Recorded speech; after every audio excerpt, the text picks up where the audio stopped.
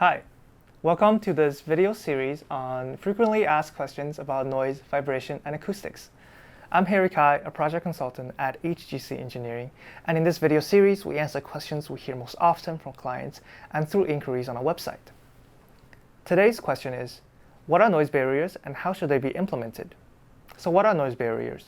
Noise barriers are a form of engineered noise control measure in the form of a fence, wall, an earthworm, or a combination of these.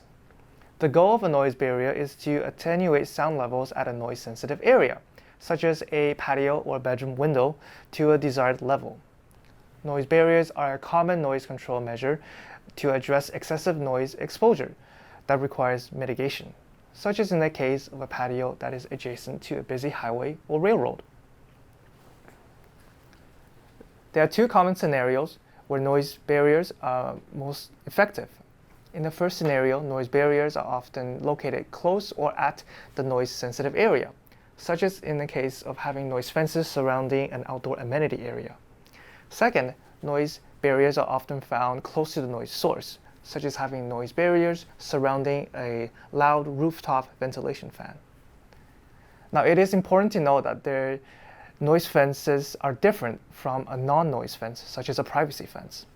Privacy fences often have gaps in their construction and are only constructed to block sightlines, whereas a noise fence must be constructed to a tight standard in order to be effective in attenuating sound. To achieve this, noise fences need to have no gaps or cracks in their construction. Even small gaps or cracks can greatly reduce their effectiveness. Secondly, noise fences need to be constructed of a material of a sufficient mass in order to be effective in attenuating transmitted sound.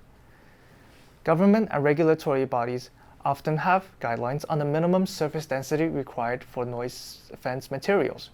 For example, in Ontario, the Ministry of Environment requires a minimum surface density of 20 kg per meter squared, whereas lower densities can be sufficient in certain scenarios if they are technically justified. So how should noise barriers be implemented? Typically, noise barriers are first specified by acoustical engineers, and the specifications often include height and location of where it needs to go. The construction, the choice of material, and the manufacturer is then at the discretion of the client based on the specifications given. The final design and construction of the noise barrier should then be verified to validate the performances, and this verification is often required by government or regulatory bodies prior to occupancy or for the release of securities from municipalities. The following attributes of noise barriers should be verified. 1. Height. Noise barriers need to be of a sufficient height depending on how much attenuation is needed. This is also dependent on the geometry, such as of where the noise source is located and where the noise sensitive area is located, and by the topography in between.